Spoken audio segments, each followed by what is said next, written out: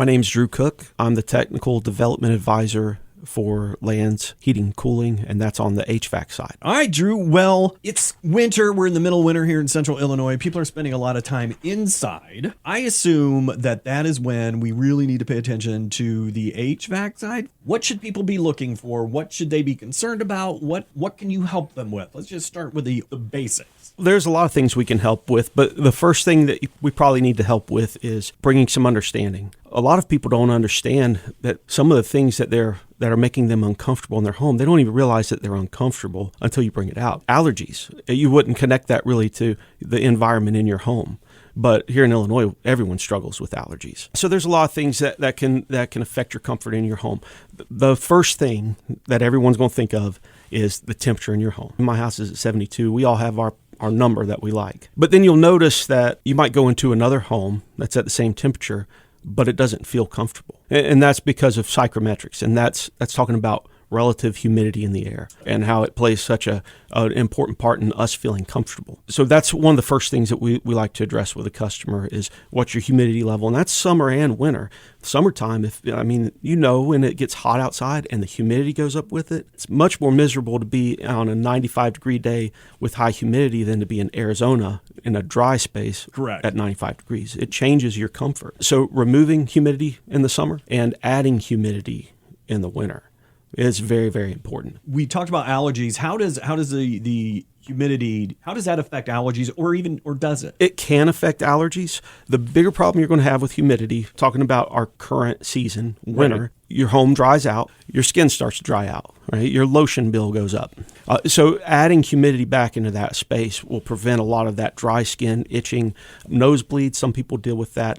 And just overall comfort. What if you could increase the humidity level in your house, and now all of a sudden, instead of 72 being comfortable, 68 is comfortable, because that's the way humidity works. When you raise the humidity, a lower temperature becomes comfortable. Is there a recommendation of like level of humidity? Sure. In the summertime, we'd love to keep your home at 50% or less. Okay. Some homes live in the 50 to 60 range. That's not horrible, but for comfort's sake, below 50 would be wonderful. In the wintertime, it varies. You would really like your house to stay above 30%. The colder it gets outside, things change a bit, because if the outside of your window is really cold and now your dew points change, if you raise the humidity in your house too much, you can have moisture condense on the inside of your windows or rot out your window frames.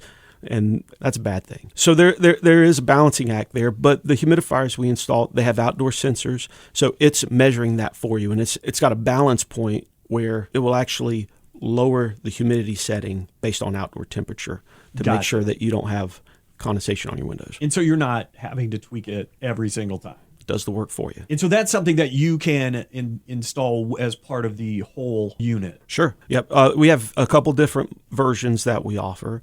The most common is a powered humidifier. That's what I have in my house. Humidity is important to me. My wife and my daughters, they get dry skin. I collect guitars. Oh, yes. So, that's another thing to consider. If you have antiques, anything that's wood, anything that has a chance of warping, temperature being consistent, humidity being consistent is important. Absolutely. There's a huge investment in those guitars that I want to protect. Yes. Yeah. The other thing is the humidifier I have, it works fine, but I can't guarantee myself if I'm going to set it for 40%, then I'm going to have 40%. It is affected by how long the furnace is running. It really needs that warm air to operate effectively. If you are concerned with exact percentage, you need a steam humidifier. It's more expensive. The install's a little more difficult, and you have to get a designated power source to it, but you can set it and forget it, and it will always be at that. Now, okay, so we've dealt with, not dealt with, but we've talked about like humidity affecting your allergies.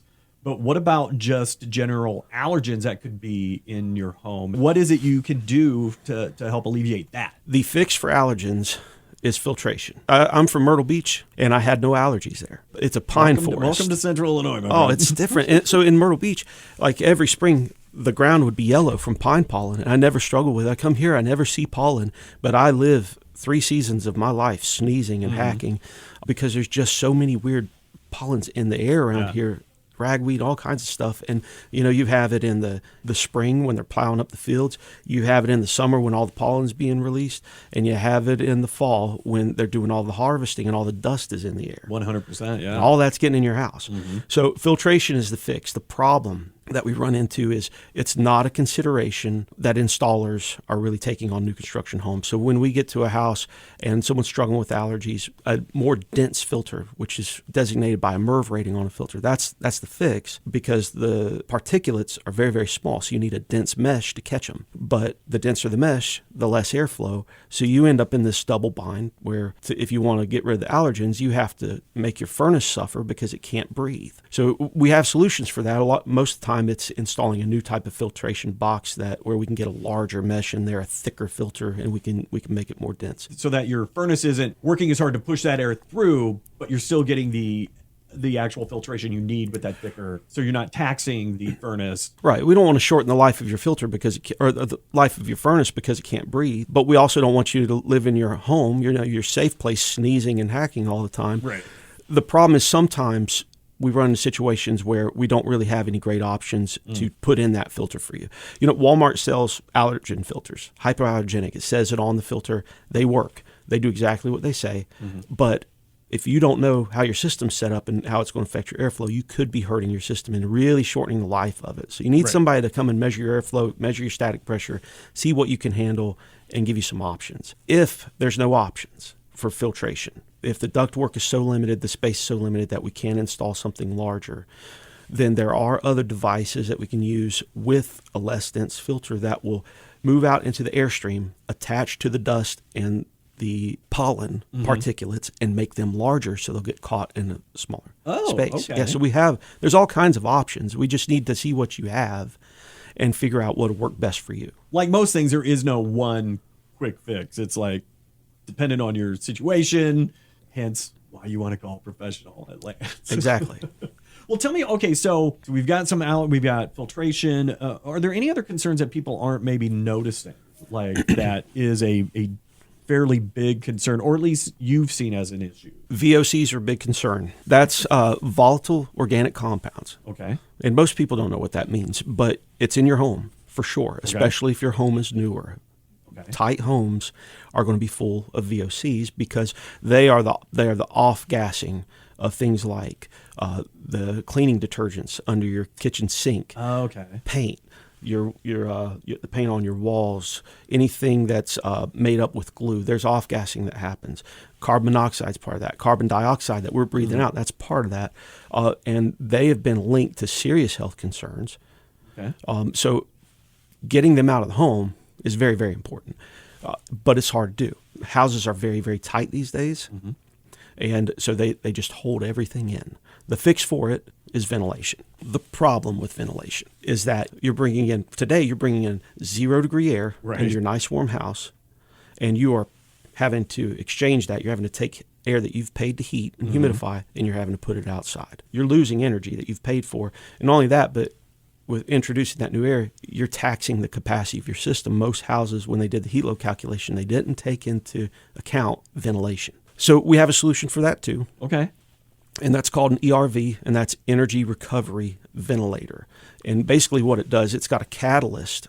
The air that's coming in and the air that's going out go through the same device, and this catalyst exchanges some of that energy. Oh, okay. Right, so they'll take the heat from your indoor air and it'll transfer it to the outdoor air, and vice versa. In the summertime, it'll take the heat from the outdoor air and it will transfer it to the indoor air that's going out, so that you retain some of that energy and it's not taxing the capacity of your system, and you're not having to spend a lot of extra money for that ventilation. Gotcha. Now, we've talked about humidity and things in the air, and I know one of the things that can be an issue with humidity is, of course, mold. We tend to call it microbial growth because people are terrified of the word mold because of black mold. Right? It scares everybody. Yeah.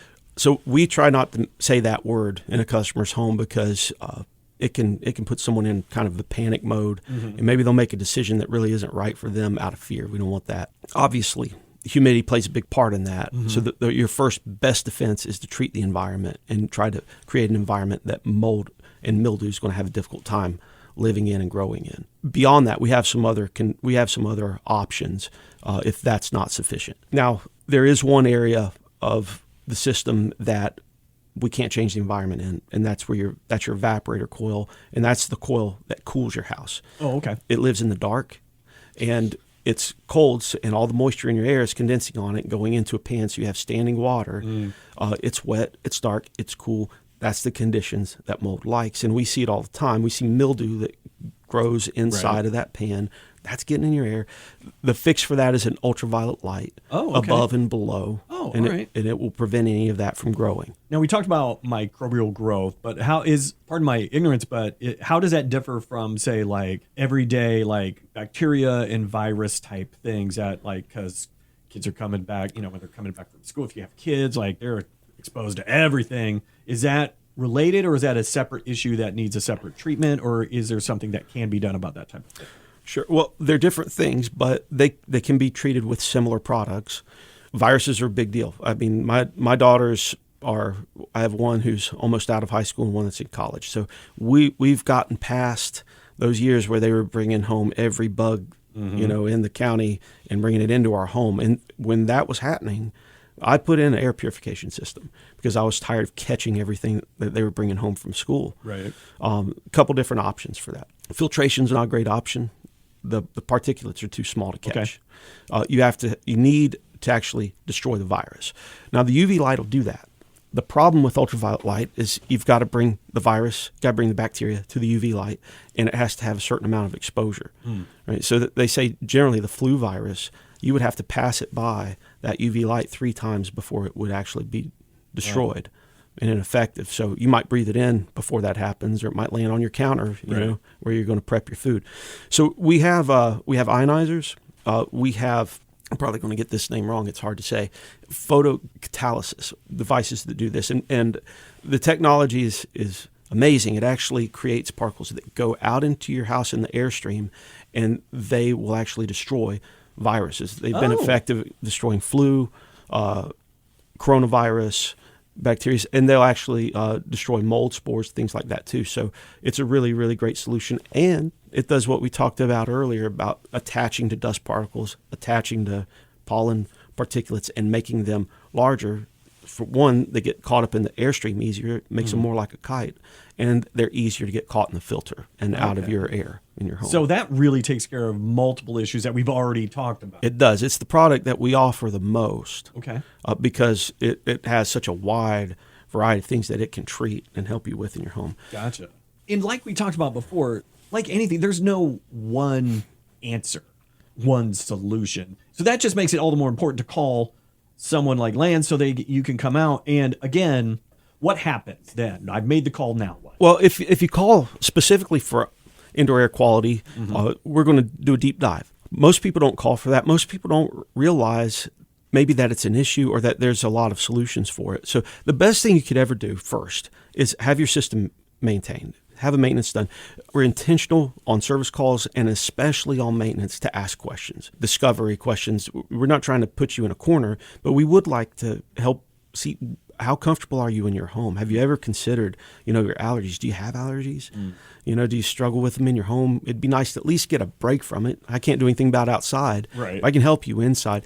And just by asking some questions, see what areas they do struggle with, what areas aren't a problem for them, and then we can kind of custom build a package for you, some options for you. No obligation, obviously, but this is what we could do. This is potentially how effective it could be, and this is what it would cost. Nice. We're glad to get you some information. I would assume everyone wants to be as comfortable as they can in their home, regardless. And I'm not saying it any cost, but at least know what you could do to be more comfortable. It may be taking steps. It may not be something you want to do all at once. Maybe have multiple issues, and maybe we could make a list of what's most important to you. We'll do that first, and then we can move on as you see need. Right. And of course, that first step is to contact Lanz. So tell her, but what's the simplest way, or what's the best way that they can do that? How can they get you in their house? What's the best way they can get a hold of you for even just a checkup on their HVAC system? Best way to get up with us is to call our phone number, 217-672-4884. You can speak with one of our dispatchers, and they could get you set up with a technician coming out. My recommendation, obviously, is maintenance. It's good for your system. It's critical for the lifespan of your system, and we can address all those issues and get your furnace clean and operating according to its manufacturer's specifications, and then go from there.